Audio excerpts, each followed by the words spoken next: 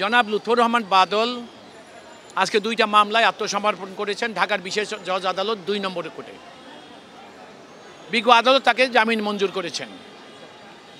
এই দুইটা মামলার একটা মামলায় তিনি বরাবর জামিনে ছিলেন, কিন্তু ২০১৪ সনে বিনা ভোটে তৎকালীন সরকার যখন রাষ্ট্র ক্ষমতা দখল করেছে তখন বিনা রাজনীতির আদর্শে বিশ্বাসী যারা তাদের বিপরীত রাজনীতির আদর্শে তাদেরকে দেশ ছাড়া করেছে, তাদের প্রতিষ্ঠান জোর করে দখল করেছে। জনাব লুৎফর রহমান তাদেরই একজন, এবং তিনি বাংলাদেশ ত্যাগ করার পর শুধু এখানেই শেষ না, যে মিথ্যা মামলা দিয়েছে, জোর করে দেশ থেকে বার করে দিয়েছে, দেশের থেকে চলে যাওয়ার পরেও তার নামে মিথ্যা মামলা দিয়েছে।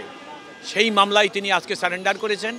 আমরা বিজ্ঞ আদালতের কাছে নিবেদন করার পর বিজ্ঞ আদালত দুইজনকেই জামিন মঞ্জুর করেছে। জি, 2 মামলায় জামিন মঞ্জুর করেছেন। 2টা মামলারই বিষয় বলা হয়েছিল জনাব লুৎফর রহমানের সকল ইনকাম যা প্রদর্শন করা হয়েছে ইনকাম ট্যাক্সের কাছে এবং দুদকের কাছে, তা সকল কিছু তার আয়কর রিটার্নে যেমন উল্লেখ ছিল, দুদকের কাছে দাখিলকৃত আপনার কি বলে যে রিটার্ন, সেখানেও সেই একই জিনিস উল্লেখ।